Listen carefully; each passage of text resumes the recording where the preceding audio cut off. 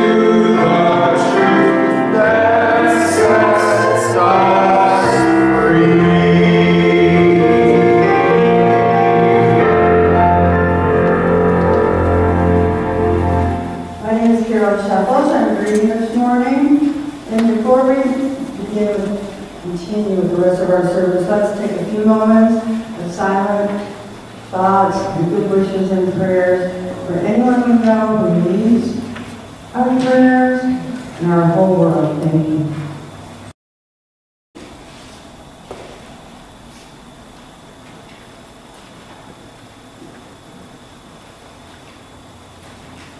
Thank you, Father, Mother God, ahead of time. And now Mary Cobb will come bring the daily word for us, which is joy. Sunday, October 16th, 2022. The word for today is joy. I delight in simple joys. Joy, it has been said, comes much more from wanting what we have than from having what we want. Reflecting on this thought, I embrace the simple joys that this day offers. I enjoy my morning coffee or tea, savoring its flavor and fragrance. Walking through my neighborhood, I greet friends, smile at people I haven't yet met, and enjoy the fresh air. I find satisfaction in taking care of my home, working at my job, or helping a friend. Even if I am not with them today, I feel joy as I think of my connection with the people I care most about. I know joy whenever I look for possibilities rather than focusing on problems. My greatest joy is my awareness that wherever I am, whatever I'm doing, God is always with me. You show me the path of life. In your presence there is fullness of joy. In your right hand are pleasures forevermore. Psalm 16:11.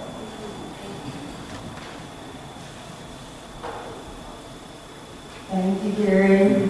They're always so perfect.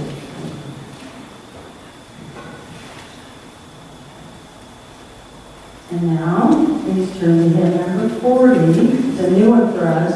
And fill me with thy presence, Lord. Marina's going to play on the keyboard one time through before we sing verses 1, 2, and 4 today. Number 40.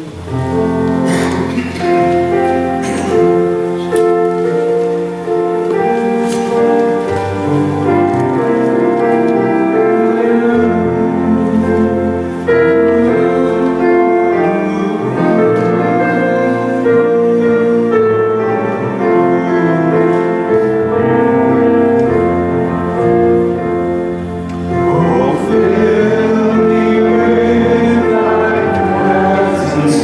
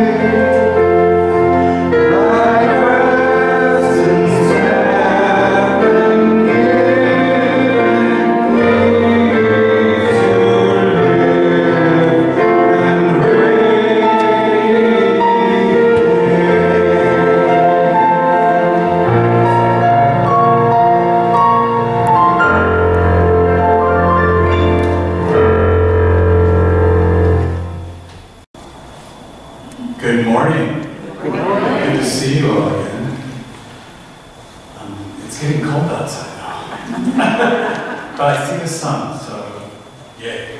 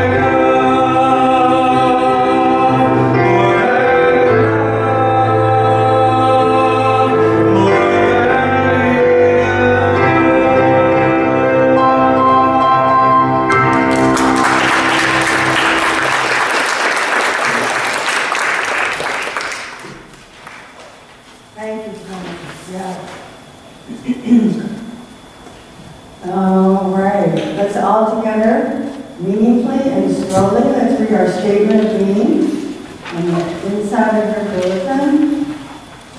God is all, both invisible and visible. One presence, one mind, one power is all. This one that is all is perfect life, perfect love, and perfect substance. I am an individualized expression of God. I am ever one with this perfect life, perfect love, and perfect substance. And now, before Reverend Eileen Patra gives us our message of infinite abundance, we'll have our congregational response.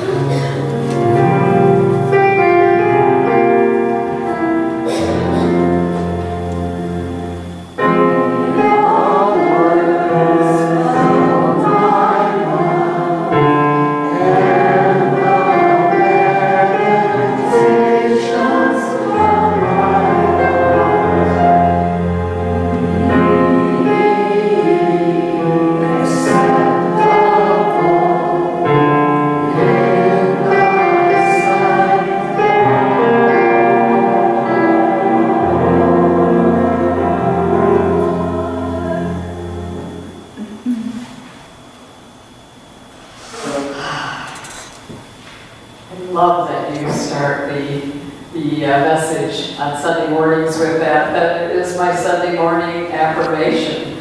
May the words of my mouth, may the meditations of my heart and the thoughts of my mind be acceptable to you, O God. One power, one presence, one activity that we know that permeates all of being, that is what we are here to express. And so I'm very grateful to have that prayer sung this morning. So I'm grateful also to be back here with you, all of you here at Unity East. It's been a while. I think it was a couple of years ago when I came by and introduced my book, The Mystical Ark.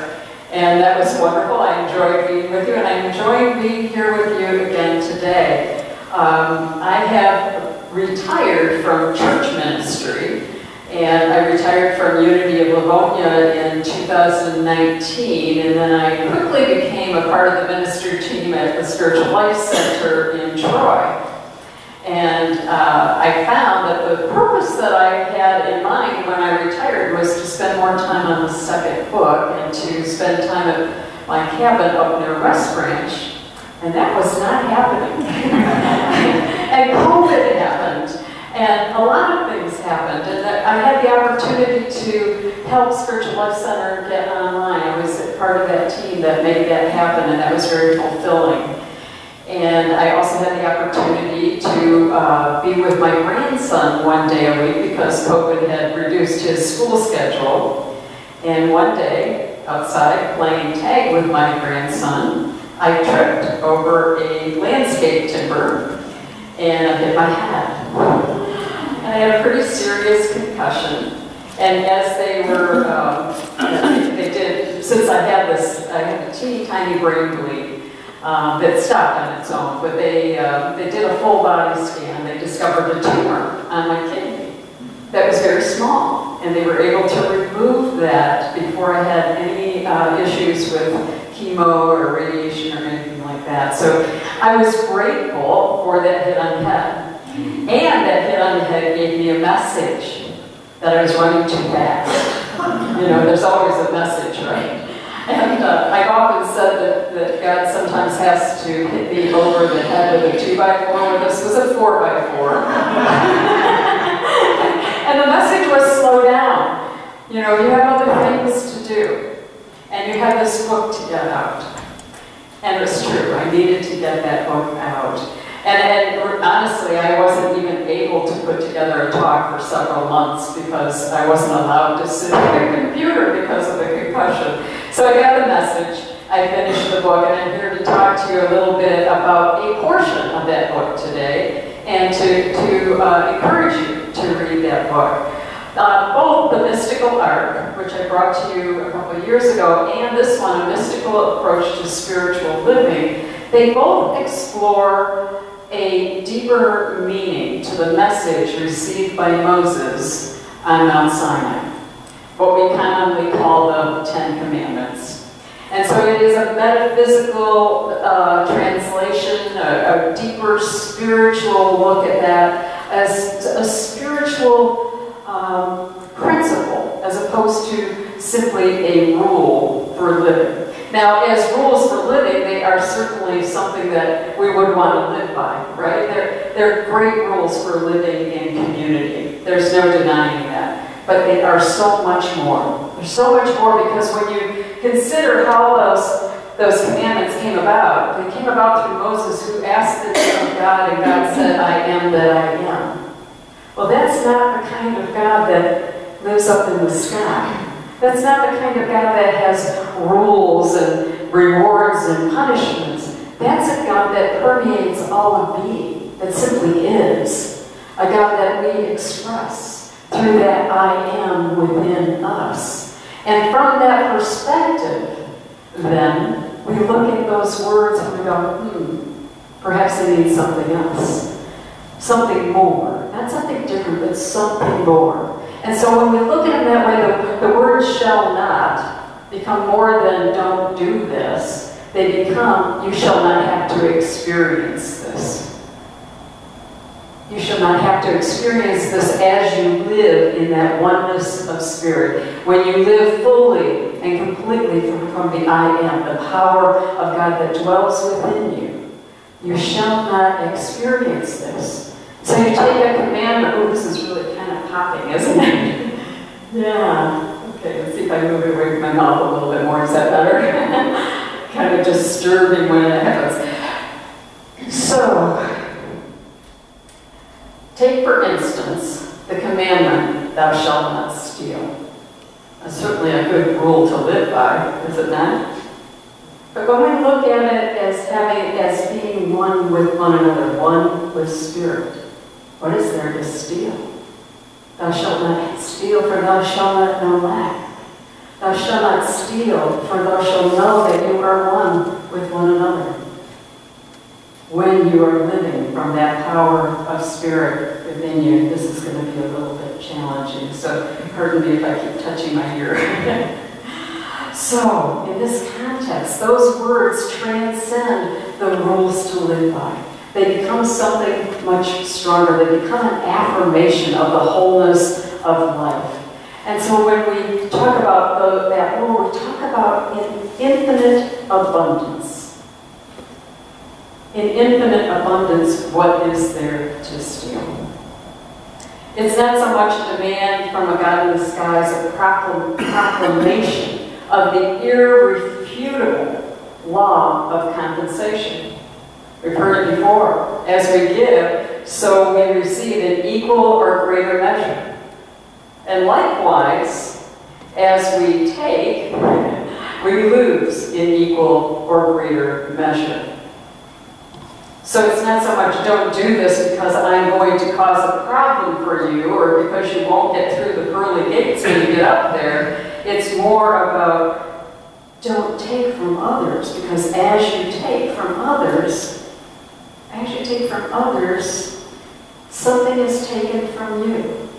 Now, okay, so great. That's a good idea.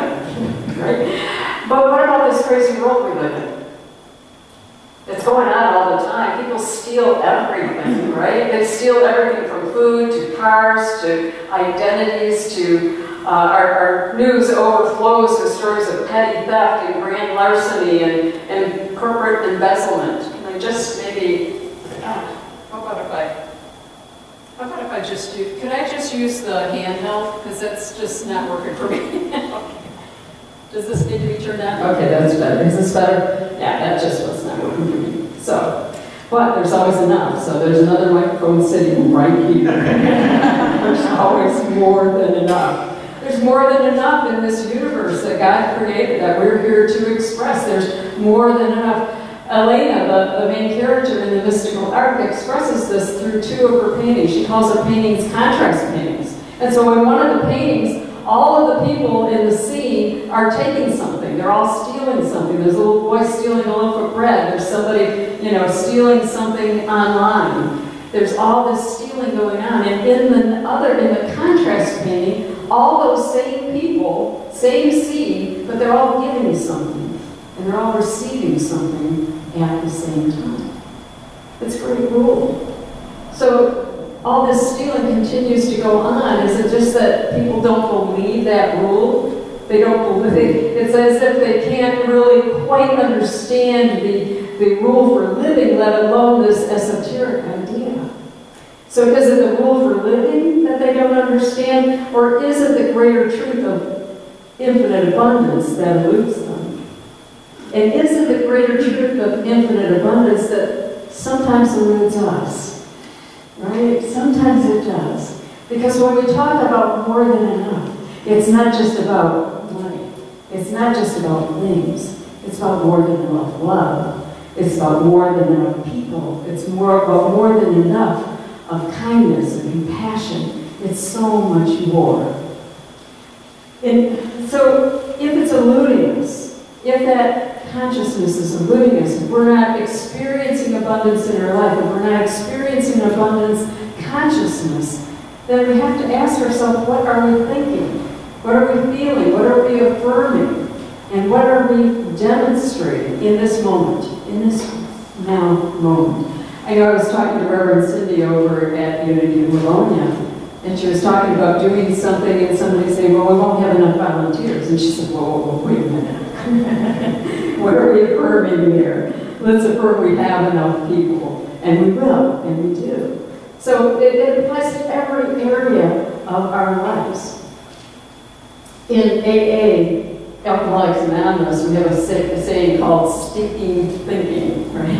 Yeah, I see some nods. We know that stinking thinking. Charles Fillmore called it error thinking, right? He called it error thinking, believing in lack. Thoughts that affirm lack or limitation or any kind of false beliefs. And they're deeply ingrained, not only in our own minds, but in our culture, so that they tend to continue to repeat themselves because we feel they're very visceral. Such as the idea that abundance is about money. Now, abundance is not about money. Financial wealth is just one physical manifestation of an abundance consciousness. And so, abundance is really having more than enough of everything, a happy, fruitful life. Money, of course, is one of the ways that it is easiest to illustrate that point about abundance. It's the one that we see the most often.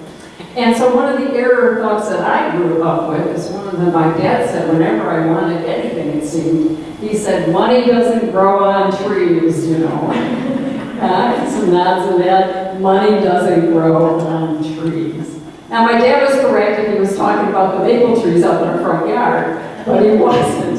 He was talking about scarcity and lack. He was talking about this idea of scarcity. We have to weed out those kinds of thoughts. And I had to weed out that one for myself because it came up all the time. And I thought I was going to have those words come out of my mouth to one of my children one day. And I went, wait. We've got to come up with something else. And at the time I had the church up in West Branch. And so I wrote a talk, said, yes, Dad, money does grow on my tree. I have the tree of life lives and breathes within me. Everything that I want, everything that I need is available to me whenever I need it. And so that became my go-to affirmation. Yes, money does grow on my tree, on the tree of life within me. Another one that I heard often, and this is something that's kind of deeply engraved in our consciousness. It is, if I have more, someone else will have less. Ever have that feeling? So, more and less are human perceptions. They're an illusion, not unlike the illusion of time. Time is something that pulls me out of abundance consciousness. I don't have enough time to do that. Well, my affirmation for that is, time is an illusion that has no power over me. Time is an illusion that has no power over me. More and less are human perceptions that affirm and put more into our consciousness. They demonstrate duality. And we know that the duality is not the truth of who we are. That oneness is the truth of who we are. There's another one. I bet you've heard this one. You have to work your fingers to the bone. And you have to do less of what you love to get ahead. Now, I don't know about you, but I don't know that I've ever seen anybody that was working with just bones, right? And do less of what you had to get ahead. Well, the evidence doesn't really substantiate that. First of all, Jesus asked us to consider the ravens. Consider the ravens. They neither sow nor reap. They have neither storehouse nor barn, yet your heavenly Father feeds them.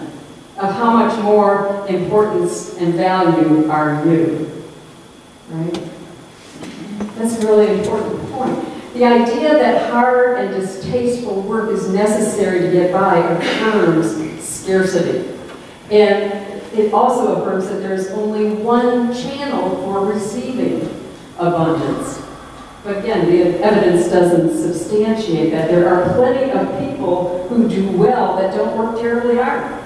And there are equally as many people who provide for themselves doing what they love. And my mom always thought that there was only one way for me to earn money, and that was to be a secretary. You know, I graduated from high school in 1970, and you know, you could be a nurse, you could be a secretary, or you know, you could work at a dry cleaners, you know, whatever it was. But I dared to believe in myself. And I left that world of secretarial work. I worked for Ford Motor Company, it was a good job. But I left it and went to art school. And I ended up working in graphic design for many years. I was quite successful at it. And then I got inspired to be a minister. Now that wasn't financially necessarily rewarding, but it was rewarding in a way that was far more powerful than financial abundance could bring to me. And I was never poor, ever.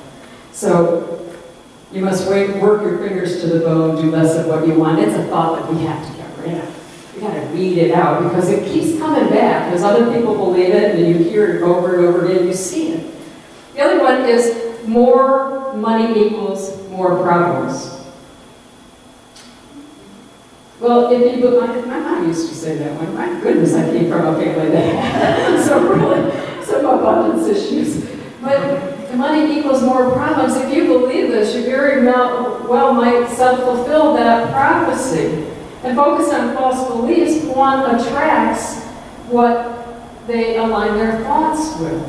So, is that true? Is that true? Is it true for everyone that money brings more problems?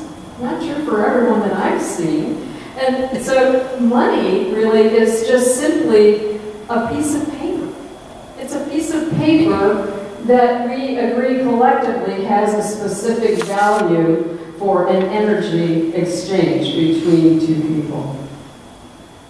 You know, some people say that money is the root of all evil. Again, money is just a piece of paper. Now, if I held up a piece of paper that said $20 on it, and I held up a $1 bill, legal tender, which one would you choose? Dollar bill. And most people would. And why would that be? It works in the world. It works in the world, right? And people might also say it's real.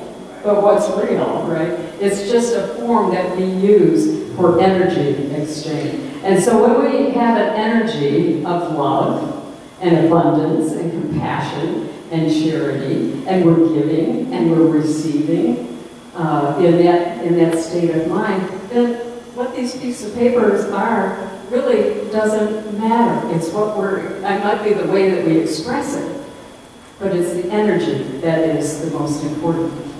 Here's another one. This is pretty prevalent today. The economy dictates abundance. The economy does not dictate abundance. First of all, the economy, the numbers in the Dow, they're affected by the economy. The numbers that we see on the screen going by in red or green, or you know, the green arrows and the red arrows and all of that, that's affected by the economy. But the economy is affected by you. Right? So it is, again, a thing where what we think, what we focus our thoughts on, what we believe. In my book, I said it might be better, rather than paying attention to the Dow, D-O-W, we pay attention to the Dow, T-A-O, right? And let that Dow be our center and our idea of abundance. You have to squirrel away every penny to have enough. Now, saving is good. I save. I put a portion away. Putting a portion of your treasure away is a sound financial practice. But not all of it. Not all of it. And just as donating and a portion of your treasure to a charitable cause and to the source of your spiritual food, those are important things to do. But not giving, not spending it all, makes the Dow, D-O-W, a false god, right? Not spending it all, it affirms scarcity. And it draws what? More. It draws more scarcity. And so again, let's pay attention to the Dow with the capital T. the power within us. Those error beliefs about abundance are easy to fall into. We all are affected by them at one time or another. But infinite abundance is the greater truth. And in the promise, thou shalt not steal, thou shalt not have to steal, thou shalt know the infinite abundance of living from the I am, from the consciousness within you. The late comedian, Danny Thomas, you probably know his story, most people do, but there's a couple versions of the story. And so in the version that I understand, he was once so broke that he only had $7 and change in his pocket. And his wife was in the hospital. She'd just given birth to their first child, and they would not release them until he paid the bill, which was $75. Well, anyway, but I guess it was $75.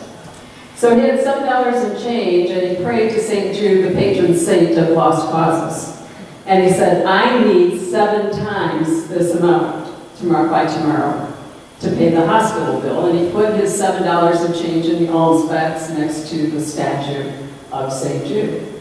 And the next day, he got a call to do a show that day for $75 cash. Whoa, right? Now that's God really showing up, saying, you don't have to steal, I will provide, right? And because he had faith, not just in the power of St. Jude to intercede. I mean, he turned his entire life over to God through this prayer to St. Jude. His life and his career, completely. And we all know he did incredibly well. And he built the shrine, the St. Jude's Children's Hospital. Now, St. Jude didn't need a shrine, right? God doesn't need a shrine. God is all. As we say in that statement of being, God is all. God doesn't need a shrine. St. Jude doesn't need a shrine. Danny needed a shrine. Danny needed to give. And Danny needed to turn his entire life around and give his entire life to Spirit. To dedicate his entire life to Spirit. That's what changed his life. Entrusting our lives to the source of infinite abundance calls us to uproot and disprove any embedded false beliefs about abundance.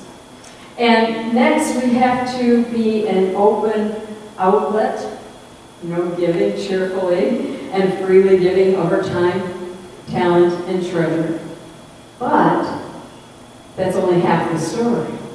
That's only half the story. We also must be a grateful inlet. We have to be grateful and good receivers. Sometimes we're in that mindset of not necessarily receiving because we have some error thought about our worthiness or whatever it happens to be.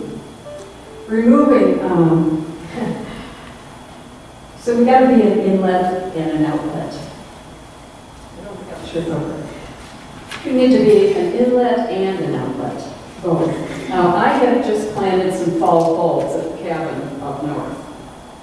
I love some. Fall bulbs are a wonderful physical object. But in this case, I planted them, and we have a very long, skinny lot.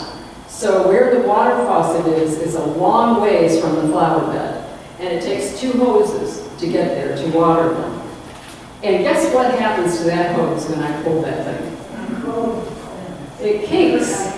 It gets kinks. And so I have to go back and trace all of the kinks and unfold them.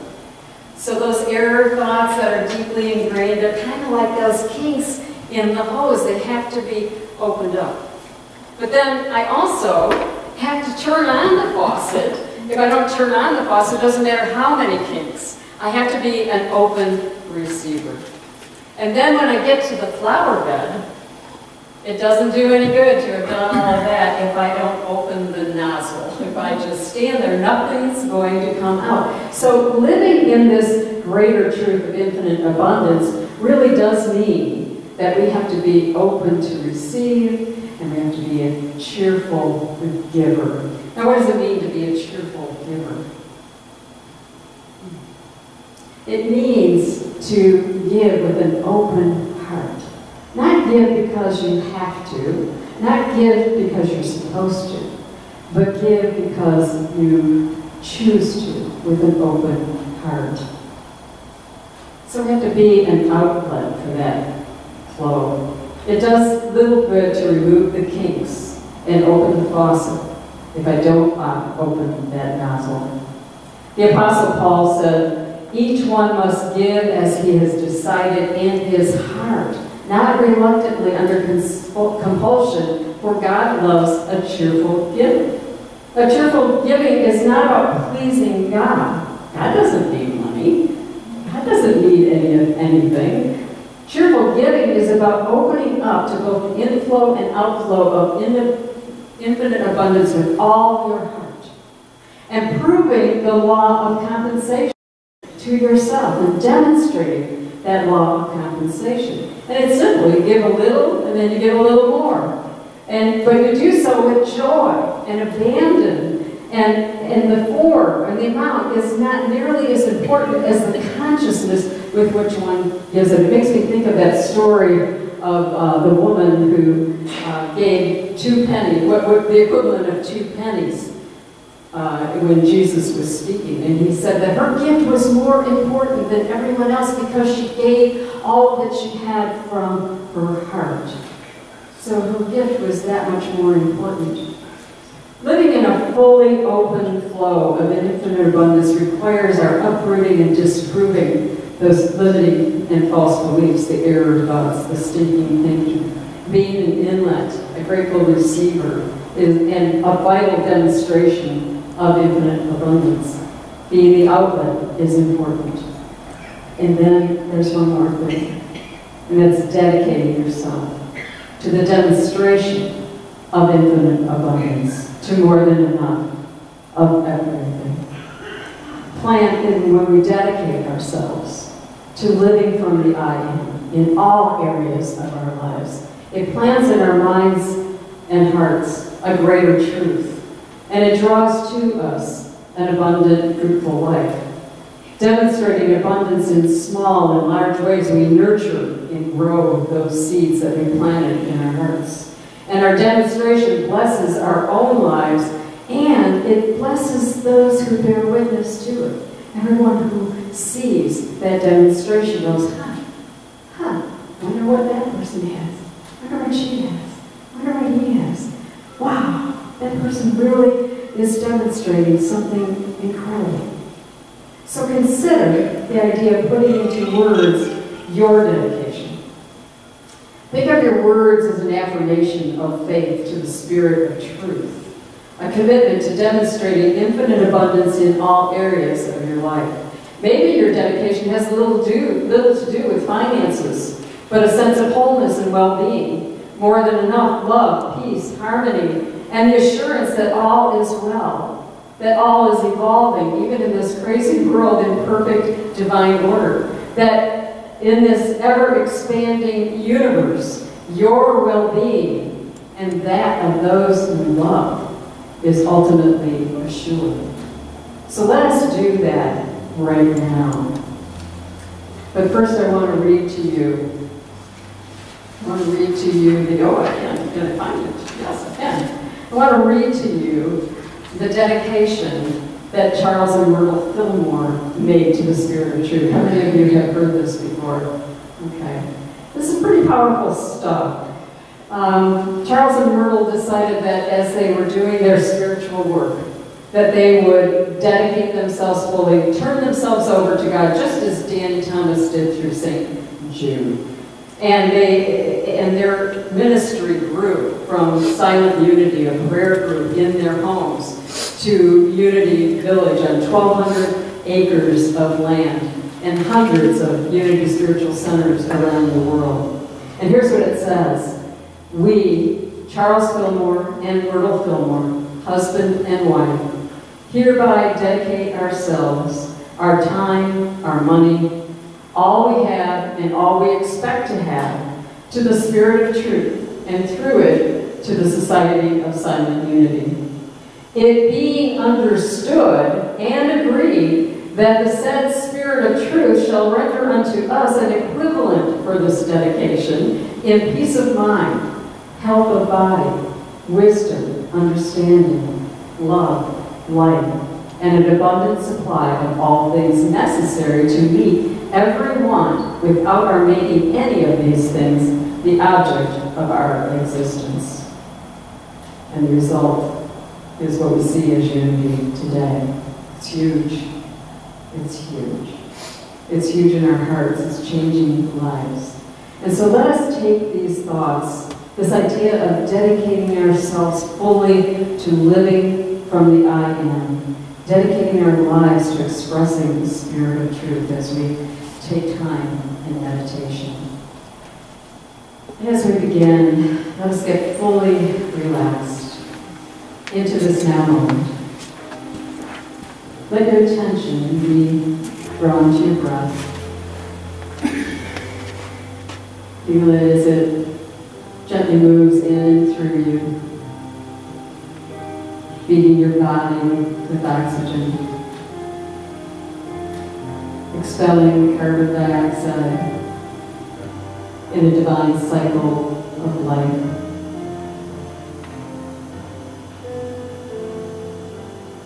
Let the concerns of your mind, any troubles of your heart, melt away into the allness of God.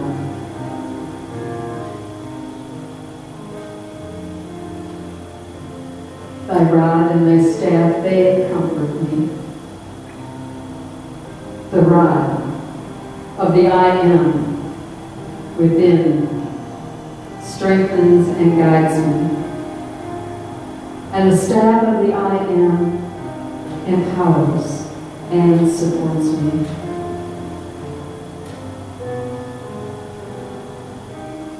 Cast your cares upon the essence of truth and light,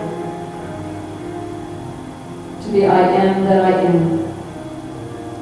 in which all things come together for good. My yoke is easy and my burden light. Take on the easiness of divine order and infinite abundance, and allow the yoke of divine love to enfold your entire being. Let your concerns and worries be carried and resolved by the divine. For the I am that I am, the essence of love and life, permeates all of beingness, including you. The I am within you.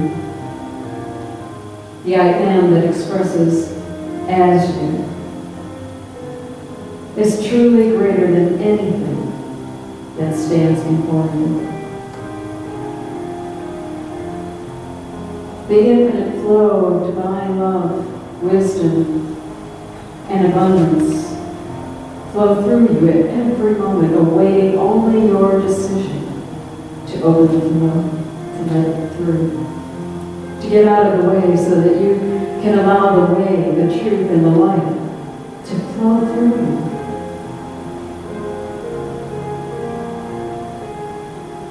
Relaxing any part of you that may still feel tense or resistant, focus your attention on the flow of light moving through you, from the top of your head to the tips of your toes. The flow of light reaches into every cell, every muscle, every aspect of your beingness. And it continues to flow. It does not ebb, but flows richly through you, assuring you that you are a perfect expression of divine life, abundantly blessed in all ways. Just pause for a moment now, letting all thoughts cease. Immersing yourself in the power and comfort of this divine flow. And in this state of comfort and power, allow the words of your personal dedication to the Spirit of truth and life to bubble up within you in the silence.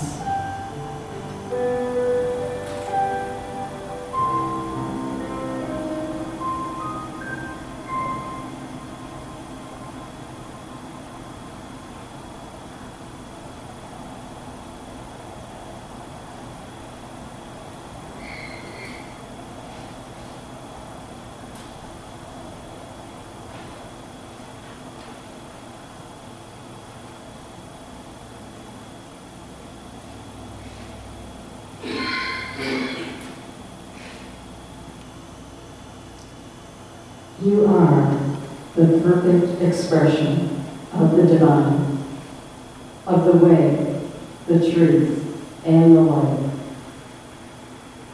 Your decision to commit to expressing and demonstrating this infinite flow of divine substance blesses you in all areas of your life.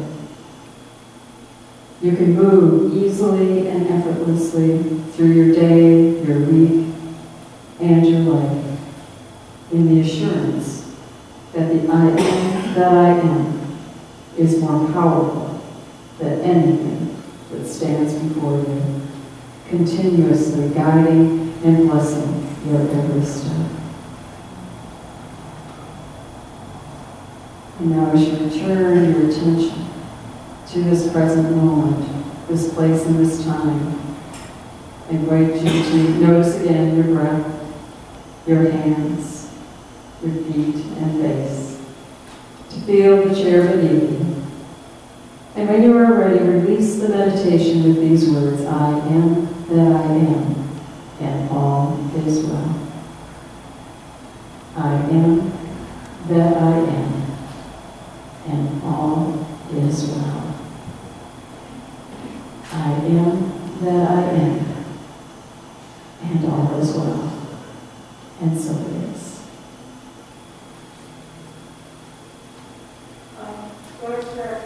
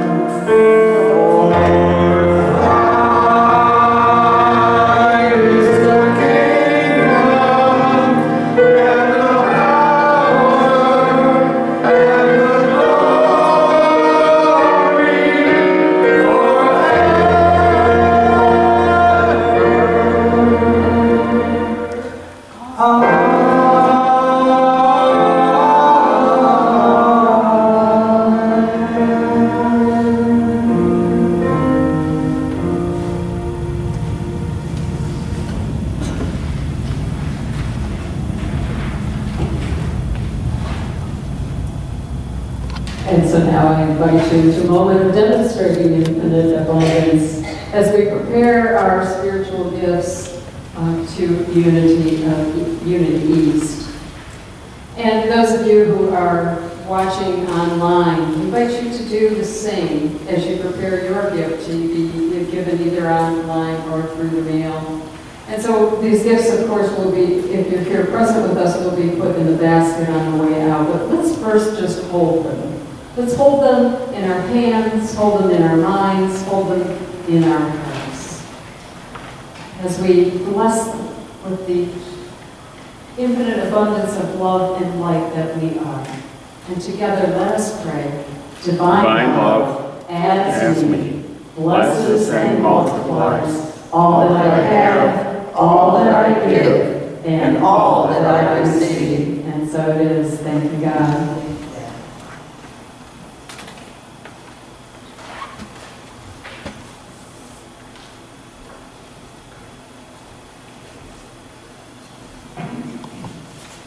Thank you, that was awesome.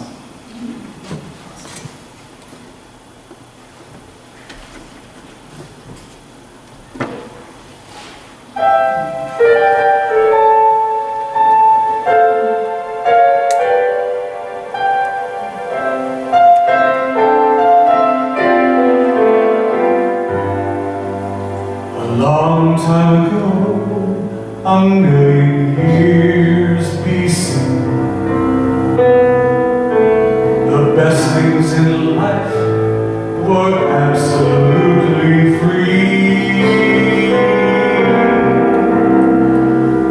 No one appreciated the sky that was always blue, and no one congratulated a moon that was always new. So it was planned that they would vanish now and then, but you must pay before you get them back again. That's what storms were made for, and you shouldn't be afraid.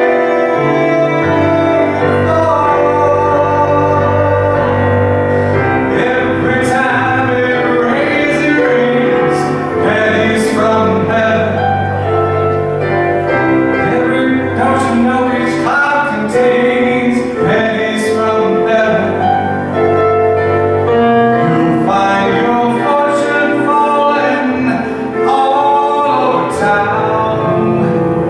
Be sure that your umbrella is upside down. Trade them for a package of sunshine and flowers. If you want the things you love, you must have showers. So when you hear it thunder, don't run under a tree. There'll be pennies from heaven for you and me.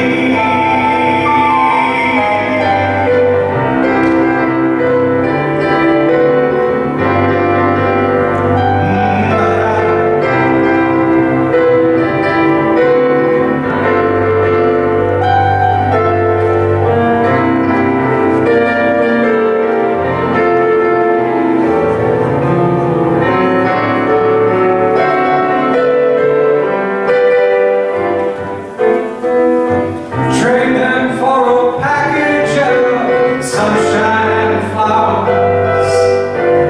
If you want the things you love, you gotta have showers. So when you hear it thunder, don't run under a tree. There'll be pennies from heaven for you. Pennies from heaven for you and me.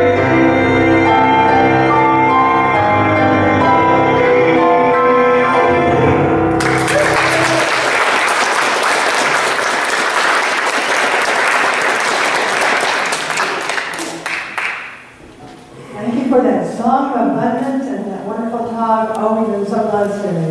Thank you so, so much. This will just bring us possibly. Any newcomers today, this morning? Okay, good. Everybody's staying away? I mean, not good. I've done that before. We're just glad everybody is here today. Eileen has her book signing right almost outside the sanctuary. So don't forget to check it out and buy one and have her sign it while she's here. So exciting. And that's the most important thing. And it's called The Mystical Approach to Spiritual Living. All right. Okay. We are in the process of thinking about changing the women's group name to the social group because men are invited. There's a sign-up sheet. We really need everybody to sign up to see how much food is coming, needs to come. It's Thursday, this coming Thursday, October 20th at 6 o'clock. And our guest speaker, Nancy Bauman, author of Life Choices Using Astrology in the 21st Century, is going to be here, $7 at the door. Refreshments will be served and you can sign up. So please sign up so we know how much food, but men are welcome to all of these. This is our very first one. And thank you, Marianne Cutoni, for heading us out. Thank you. All right, our next Unity membership class is October 23rd at 11:45. You see Reverend Anita, she's here today. If you have any questions, that will be coming up on the 23rd. Our annual membership meeting, you all will be receiving that by our bylaws. We are required to send you a notice of that in the mail. We either got it in person last Sunday, or we'll be getting it, or you'll get it in the mail. And that's an important meeting to go to because we will catch you up on board business from this month. And also to just learn how we can become more involved in this wonderful family that we love. It is smaller is good for me, I'm just saying. You get to do so much. Anything that you are willing to try is here. So try to make it. That's right after, that will be after fellowship, short fellowship, October 30th. All right, the last thing is, almost last thing, every Wednesday at 7 on Zoom, Reverend Anita Cope has a prayer class, which is very powerful and wonderful. And so that will happen. What's happening? Friday's November 11th and 18th. I'm reading this wrong, right? That is happening every Wednesday on Zoom. So I don't know why. Are we changing it to Friday? Oh, good. That's a misprint, I think. It's Wednesday, 7 o'clock on Zoom. I think that's the live class. Oh, there's going to be a live class. That's very cool. Okay, thank you. This is new. On November 11th and 18th, there's going to be a live class. It says Zoom, but we'll be on both. It will be live, in person and on Zoom. Good, it will be both, in person and on Zoom. So here in the education room and Zoom. All right, so we have all kinds of chances to pray, which is so more is better, I say. All right, our one-year calendar is out on the foyer, posted on that whiteboard. I recommend you take a picture of it with your cell phone because we are a happening church here. It will really help you keep track of everything. And with that, all our giving opportunities are crossed for the restrooms. You can see them there. And let's also go up to the peace song on the outside, please. And have a wonderful rest of your day.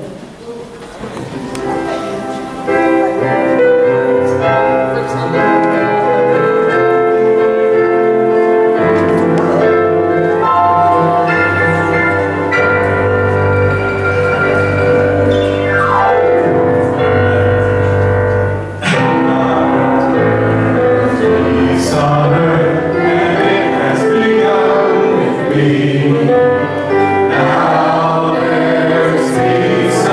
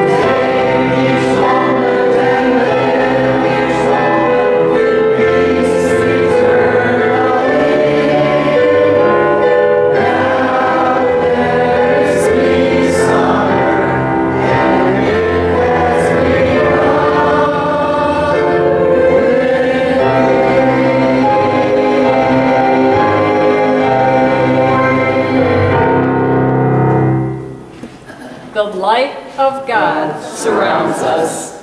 The love of God enfolds us. The power of God protects us. The presence of God watches over us. Wherever we are, God is, and all is well. And so it is, and so we let it be. Amen.